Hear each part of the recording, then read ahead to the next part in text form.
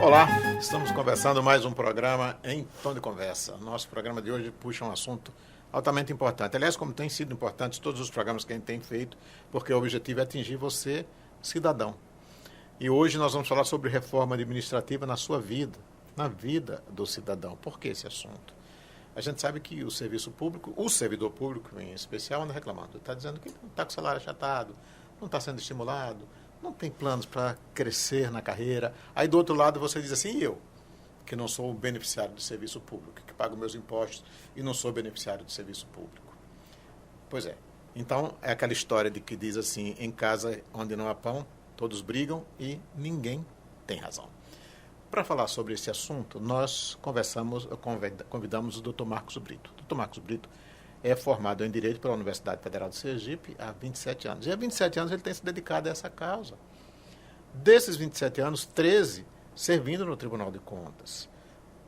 Em três oportunidades ele foi coordenador jurídico aqui do TCE e agora, no momento, ele é assessor jurídico da presidência do TCE. Dr. Marcos também é professor da FAMA, professor do curso de pós-graduação da FAMA, e é também palestrante. E, entre outros temas, talvez o tema que ele mais tem feito palestra é exatamente esse, a questão do serviço público. Ele está com a gente aqui, nós vamos discutir a partir de agora sobre esse assunto. Dr. Marcos, muito obrigado, viu, por estar aceitando o nosso convite e vir conversar com a gente sobre esse tema tão importante. É um prazer tê-lo aqui. Antes de mais nada, França, é preciso agradecer pelo convite. Afinal, é imensa alegria e satisfação participar das ações desenvolvidas pelo Tribunal de Contas do Estado de Sergipe. Ação essa que, desta feita, se engloba na questão da função pedagógica do tribunal. Então, para nós é uma imensa satisfação esse colóquio, essa conversa, esse papo sobre a reforma administrativa. E eu lhe pergunto, doutor, reforma para quê? Para responder essa pergunta, primeiro vamos delimitar a importância da reforma administrativa para a sociedade como um todo. Eu tenho que saber qual a importância para saber para que serve, né? Como é que isso vai impactar na vida das pessoas? Antes de mais nada, vamos nos lembrar que nós bancamos o Estado. Sim. Né? Através das diversas espécies de tributos, nós podemos, então, fomentar a questão da saúde, da educação, da segurança, do saneamento básico. E isso diz respeito a todos. Por um outro lado, nós somos o usuário principal, nós somos o beneficiário desses serviços. Do cidadão mais comum ao presidente da República, todos são contribuintes e usuários. E usuários, exatamente. Existe um segundo aspecto também. A reforma administrativa vai impactar diretamente na vida do servidor público. Pronto. Ora, esses serviços são prestados através de quem? Do servidor público. Do servidor público. Sem o servidor, a máquina não funciona. Não funciona. Não haverá segurança, não haverá saúde, não haverá saneamento básico. Então, é preciso repensar a forma de que esses serviços estão sendo prestados, bem como todos os assuntos pertinentes ao servidor público. Então, quando eu digo assim, se você não quer nada na vida, vai ser servidor público, eu estou sendo injusto. Super injusto. Nós temos hoje um serviço público altamente qualificado. Perfeito. Muita gente não sabe, mas é verdade. Altamente qualificados. Não é à toa que o tempo todo a iniciativa privada vai buscar em setores específicos da administração seus quadros. Ok? Mas também temos que reconhecer que há uma problemática envolvendo a qualidade do serviço público que é prestado à sociedade. Ora, reforma administrativa para quê? Para quê? Eis a pergunta, né? Aí o senhor primeiro teve que explicar um ponto para chegar a esse. O professor Carlos Ari Sudefeld, da Fundação Getúlio Vargas, lá de São Paulo, ele costuma dizer que o principal objetivo dessa reforma administrativa, ou de qualquer reforma administrativa, seria de recuperar a capacidade de gestão de pessoal. Sei. Nós temos problemas numéricos que dizem respeito ao custo do serviço público que é prestado, a qualidade desse serviço público e a necessária correção de distorções existentes hoje no serviço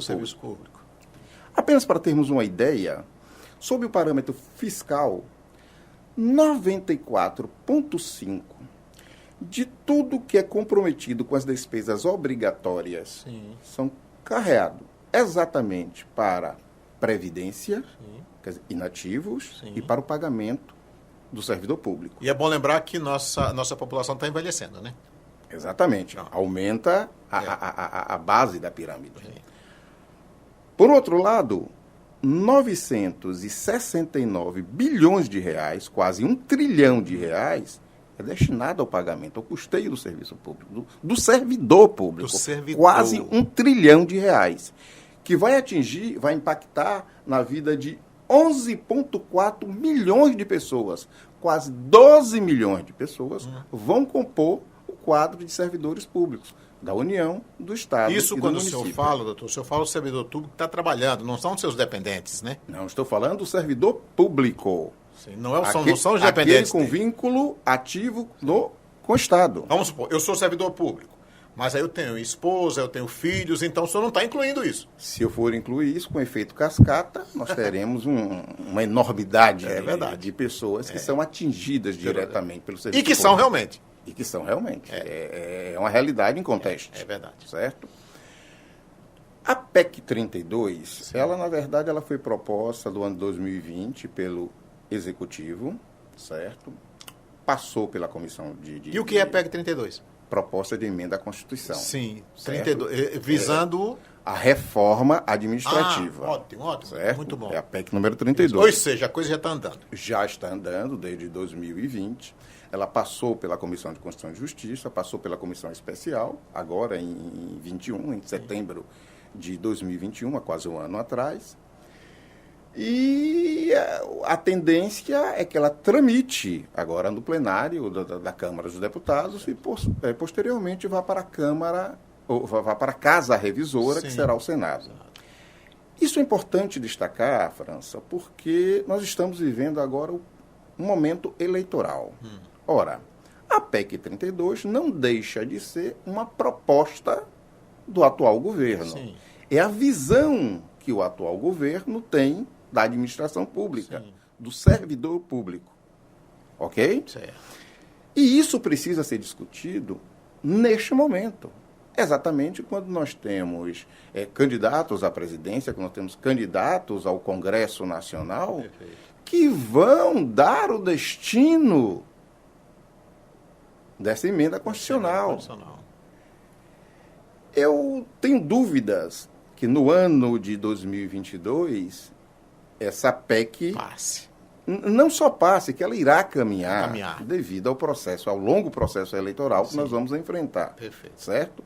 Mas será esse Congresso que, eleito agora em 22, vai tratar da matéria. O ano que vem. A partir do ano que vem. A partir do ano que vem. Mas eles vão ser eleitos nesse ano.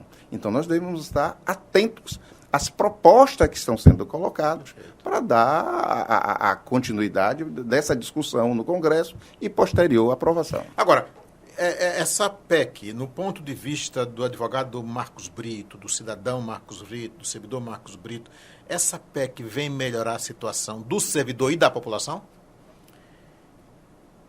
Só tem esse objetivo, tem que ter esse objetivo. Ainda que as propostas em tramitação não representem necessariamente uma melhora. Tá? Para se exemplificar, a joia da coroa do serviço público é a questão da estabilidade. Sim, tá? Exatamente. Muitas pessoas acabam por optando no serviço público estabilidade, que é a segurança tem emprego, né? no serviço público. Isso decorrido alguns critérios, ultrapassados 3 anos, a pessoa vai deter a estabilidade, que só vai perder em 4 casos concretos. Primeiro, sentença judicial transitada em julgado. Segundo, decorrente de um processo administrativo disciplinar, não pare, com ampla defesa, com contraditório. Exatamente isso que eu ia dizer. E todo mundo tem direito à ampla defesa. Ampla defesa ou contraditório. Terceiro, no caso de uma reprovação por insuficiência na questão do desempenho. Sim. E quarto, por imposição orçamentária, extrapolar do teto com o pessoal. Essas são as 4 hipóteses que, na atual conformação legal, você poderia perder essa estabilidade. Certo. Inicialmente, essa estabilidade que está circunscrita a todos aqueles que entraram no serviço público pelo concurso, Sim. certo? Inicialmente, a primeira proposta que tramitou, a estabilidade só estaria ligada às chamadas carreiras exclusivas de Estado. Sim. Né? Como assim? Antigas funções típicas de Estado. Algumas carreiras, como na área de fiscalização, na área de controle, judiciário, alguns serviços que são desempenhados, né, na área de arrecadação, que são carreiras típicas de Estado. Então, só eles gozariam da estabilidade. Certo. Na comissão especial, se retroagiu, ou melhor, se avançou, Sim. e ficou definido que seriam para todos os servidores que ingressarem através do concurso público. Isso de acordo com com a proposta da reforma. Isso. Só que houve uma mitigação em relação à perda da estabilidade. Sim. É importante lembrar que há uma vedação já na nova proposta para aqueles trabalhadores das empresas públicas, certo? E da sociedade de economia mista, bem como das suas subsidiárias. Tá? Mas os demais que ingressarem através do serviço público, servidor público, ele continuará gozando da estabilidade. Estabilidade essa, conforme o novo texto, que já está assegurada a quem entrou. Não retroage. Não retroage. Quem entrou mantém as regras atuais. Porque a lei nunca retroage para prejudicar ninguém. Né? Para prejudicar. Para quem vai entrar, os que ingressarem através do serviço público. Certo. Agora, qual seria a mitigação dessa estabilidade? Ora, nós vimos as 4 formas da perda da estabilidade. Sim, o senhor já explicou. Ela mais ou menos foi mantida. Só que houve uma extensão. Hoje em dia, em relação à aferição do desempenho funcional, na prática, a gente sabe da necessidade de se aferir a forma que o serviço público, do desempenho do servidor. Certo. Nós temos regramento na atualidade. Agora, esse regramento não vem sendo aplicado em todas as esferas. Sim. Sempre dá um jeitinho. Sempre se dá um jeitinho. Eu desconheço, hoje respondo pela chefia da assessoria jurídica da presidência, e uma das nossas funções é exatamente atuar nos processos administrativos, os processos funcionais, os processos internos. Você vê requerimentos de ascensão vertical, ascensão horizontal, diversos tipos de licença. Mas eu não vislumbrei até hoje um procedimento para aferir o desempenho funcional. Certo. E essa não é uma exceção. É quase que uma regra geral na administração pública como um todo. Certo. Na atual proposta, vai haver a necessidade de cada servidor ser aferido o seu desempenho a cada 6 meses. Isso não tem o perigo da perseguição, não, doutor Fábio? Pronto. Se por um lado é bom, Sim. porque força o servidor a estar constantemente atualizado, Sim. a prestar um serviço público de qualidade e de ter aferido o seu desempenho, por um outro lado, poderá se abrir as portas por uma pressão política, Sim. por uma pressão institucional, e que aí force ao servidor cumprir papéis outros que não aquele legalmente definido. Entendo. Certo? Certo. Lembrando que pela proposta atual, se você for reprovado em 2 avaliações de desempenho, você perde a estabilidade. Então, é algo que tem que ser muito bem discutido. Muito delicado, né? Para se criar mecanismos na via administrativa de se coibir qualquer pressão política ou qualquer pressão institucional. Agora eu volto a perguntar ao senhor. Numa situação como essa, o servidor também tem direito à ampla defesa? Para defesa contraditória, teremos sempre o judiciário Sim. para rever esses atos. Certo. Certo? Mas é importante que tenhamos mecanismos que realmente não apenas venham assegurar o contraditório e a ampla defesa, como impeçam qualquer tipo de uma pressão, de uma interferência. Uma delas, eu não sei se poderia ser explicado, me parece, não posso afirmar para o senhor, que o professor que reprova 35% dos alunos, a falha não está no aluno, está no professor. Essa é uma discussão. Poderia se pensar nisso também. E diversos mecanismos. Existem, não é chegar lá simplesmente vou perseguir fulano, estou perseguindo. Outra questão que nós gostaríamos de destacar, a questão do ingresso. Sim. Tá? Hoje, a principal porta de ingresso, aquela que lhe dá a estabilidade, é através do concurso público. Desde 88, né? É através do concurso público. Excepcionalmente, você tem, em caso aí de urgência e uma necessidade premente, a contratação temporária, que tem que observar diversos requisitos, mas está circunscrita a um lapso temporal pequeno, anos, e você excepcionalmente pode ultrapassar. Ora, a proposta traz a possibilidade de um trabalho temporal, um trabalho temporário, um contrato temporário, e aí com lapso de 10 anos.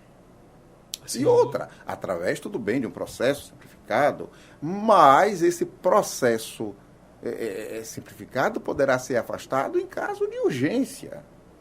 Tá? E nesse caso, apenas há 2 anos. Sim. Mas você tem já um vínculo de 10 anos, abrindo a porta do contrato temporário por um prazo maior de 10 anos. Desde que você se comporte como um servidor, que deve ser um bom servidor, você está com 10 anos no mínimo. Cara. Teria, pela nova proposta, a possibilidade de uma contratação temporária por 10 anos. E que pode ser... Não, os 10 anos como tempo máximo. Certo? Uma outra questão, a possibilidade de convênios com a administração pública, certo? Nos quais a administração pública poderia ceder sua estrutura, tá? E contratar servidores para prestação de serviços e atividades que não fossem finalísticas. Sim. Então, há uma possibilidade também, se por um lado pode modernizar a prestação do serviço, por um outro lado, há uma possibilidade de abrir uma porta para uma ingerência político-administrativa. Certo? Daí a necessidade de uma discussão mais aprofundada. É como o senhor já disse, não é uma coisa que você sentou lá na mesa, olhou, aprovou, não pode ser desse jeito. Não. Tem que haver um comprometimento por parte da sociedade, tem que haver uma participação, tá? Reformar a administração pública, criar normas constitucionais sobre o servidor público diz respeito diretamente à prestação desses serviços para a sociedade como um todo. Então, reforçando aquilo que o senhor falou também, quer dizer, num ano eleitoral como nós estamos vivendo, seria extremamente delicado se rever isso agora. Não, eu não acredito que essa PEC vá caminhar agora no processo eleitoral. Por outro lado, é necessário que haja discussão. Para que chegue ao Congresso pessoas comprometidas com a visão de uma melhor utilização dos recursos públicos, de uma melhor qualificação do servidor público e de uma melhor prestação desse serviço. É como o senhor tem dito desde o começo, não é para beneficiar nem só o servidor, nem só o cidadão. É o povo brasileiro, e nesse povo inclui o cidadão comum e o servidor público. Então todo mundo tem que se beneficiar, é o povo, é o país que tem que se beneficiar. Exatamente. Nós somos o usuário e nós bancamos o serviço público. E somos o servidor também. Exatamente. Agora eu queria perguntar uma coisa para o senhor, não sei se a lei está vendo essa questão do assunto. Como ficariam os comissionados? Eles acabariam, mudariam alguma coisa? Não. Permaneceria... Porque é necessário, né? Naquelas funções específicas, com aquelas atribuições específicas, né? De chefia, direção e assessoramento. Tá? Mas é uma questão que também precisa ser amplamente debatida. Qual o percentual de comissionados com efetivo, a utilização incorreta desses comissionados em serviços que não dizem respeito às atribuições definidas em lei. É toda uma discussão que precisa ser travada. Então, porque eu já vi gente dizer o seguinte, hoje o comissionado trabalha mais porque ele sabe que ele pode ser exonerado a qualquer momento, né? Então ele se preocupa mais. Não é bem por aí também. Não é bem por aí. Eu acho que trabalhar mais, todo servidor público tem que trabalhar. Exatamente. Seja ele efetivo, seja ele comissionado. Porque nós conhecemos muitos servidores que amam muito o que fazem. É demais, né? Certo? É cada um desempenhando legalmente a atribuição que foi definida. Pronto. O que é de competência do servidor efetivo vai ser desempenhado pelo servidor efetivo. O que é de competência do servidor comissionado será desempenhado pelo servidor comissionado. Um policial militar ele é um servidor efetivo. No entanto, ele vai para a luta e enfrenta as adversidades da vida e ele é o servidor público. Todo servidor público ele tem que estar comprometido com o serviço público. Independente da função. Independente da função. Ele exerce uma atividade de suma e de extrema importância. Sim. E é responsabilizado por sua atuação. Então, o senhor falou agora há pouco sobre o servidor que faz a função fim e a função meio. Por exemplo, um médico, como ficaria a situação do médico naquele hospital público? Ele é fim ou é meio? Fim. Na minha visão, um médico, em geral, é fim.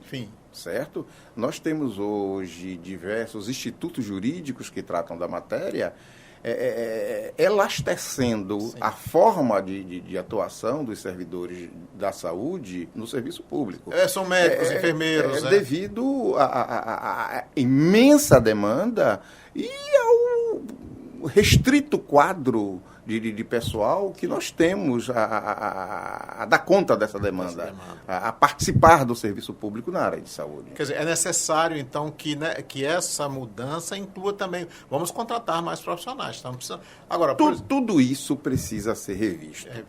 E tem que responder aos 3 parâmetros que eu fixei no início. Sim. Primeiro parâmetro, qual o custo disso? Sim. Qual a qualidade do serviço prestado e a necessária correção das distorções. Falando sobre correções de distorções. Sim. Alguns países nórdicos, a diferença entre o menor remuneração e a maior remuneração recebida chega apenas a 4 vezes. O menor salário e o maior salário. Em termos de Brasil, é uma ficção. É lógico. Se nós partirmos do parâmetro do salário mínimo, R$ 1.212... Ou você não vai ganhar 1.212 ou 4.800. O máximo no teto da carreira. Nós vamos saber que nós temos servidores públicos que ultrapassam e muito. Isso é justo? É preciso se discutir. Uma outra questão que na reforma administrativa está sendo debatido, a questão das vantagens. Se fala muito em vantagens do servidor público. Os penduricalhos. Certo? Os chamados penduricalhos. Ora, há uma vedação expressa a esses penduricalhos. O que se chama de penduricalhos, né? A questão desses benefícios. Inclusive, se estendendo essa vedação a membros de tribunais colegiados, aos tribunais de contas, tá? Agora não atinge a magistratura, não atinge o Ministério Público, não atinge os militares. E aí se inclui na vedação de férias de mais de 30 dias e diversos outros benefícios. Muita mudança, né, doutor? Em demasia. Mudanças necessárias. É isso que ele pergunta. Que precisam ser enfrentadas não apenas pelo servidor público, né, que vai ser impactado diretamente, mas pelo cidadão em geral, que será impactado indiretamente. Eu percebo que o senhor é um defensor da mudança, da reforma administrativa. Não tem como não ser. Precisamos rever a forma de atuação do servidor público. Precisamos rever a forma do serviço público como um todo. Impende uma melhor qualificação, uma melhor prestação do serviço, uma diminuição de custo. Isso tem que ser revisto para a sociedade como um todo. Hoje ninguém está satisfeito, nem o servidor público, nem o beneficiário do serviço público, né? O único caminho é essa discussão ampla, é participar ativamente da PEC 32, para que tenhamos uma reforma efetiva e eficaz. Nós temos um serviço público muito bom. Nós vamos falar o caso do SUS, doutor. O Brasil tem SUS. Pode ter seus defeitos, pode, mas é altamente importante, né? Acabamos de passar, ou ainda estamos passando, infelizmente, pela pandemia. Sim. E o que salvou o Brasil, de Foi certa quem? forma, foi o SUS. SUS. Agora, mesmo no SUS, você tem distorções. Entendi. Você tem servidores nessa área da saúde que, apesar do excelente desempenho profissional, tem uma remuneração ínfima. Pois é. Você tem outros servidores que têm uma remuneração mais digna. Então, é preciso repensar isso. Porque quantos enfermeiros, quantos médicos perderam a vida com o SUS? Exatamente. Né? Quanto? Nos Estados Unidos não tem isso, né, doutor? Esse é um serviço estudado e copiado mundo afora. Mundo afora. Com nossos defeitos e qualidades. E não só apenas na questão do SUS, aqui eu destaco, por exemplo, a questão do controle externo, a excelência Sim. do serviço que é prestado pelos tribunais de contas. Nós temos que entender que os tribunais de contas acabam um pouco se transformar num guardião do correto uso do dinheiro público. E esse correto uso do dinheiro público, do que é arrecadado, é que vai influenciar na efetiva prestação. Lá na segurança, lá na saúde, lá no saneamento básico. Então, há quadros de excelência também nessa área. Pois é. Doutor Marcos, o tema é muito amplo. A gente teria muita coisa para discutir, mas nós temos um tempo. E nosso tempo, infelizmente, está acabando. Primeiro, eu queria lhe agradecer por ter vindo aqui, explicar sobre tudo isso, e dizer o seguinte, que a partir dessa sua explanação sobre essa mudança, eu também já estou atento, esperando que ela aconteça, né? Porque é para bem de todos, né? Muito obrigado mesmo, Tomás. Muito obrigado. Mais uma vez agradecemos e continuamos inteiramente à disposição. O senhor é Bahia ou Vitória? Ou é Sergipe ou Confiança? Isso. Não vou vou exercer o direito ao silêncio. Ao silêncio. Ixi, Carla. Será que é por sua causa? Doutor Marco, muito obrigado. Obrigado, meu amigo. É um grande prazer falar com o Idem. senhor. Pois é, pessoal, graças a Deus tivemos mais uma excelente entrevista sobre um assunto que interessa muito a você. Mas logo, logo a gente vai estar de volta e até o nosso próximo programa.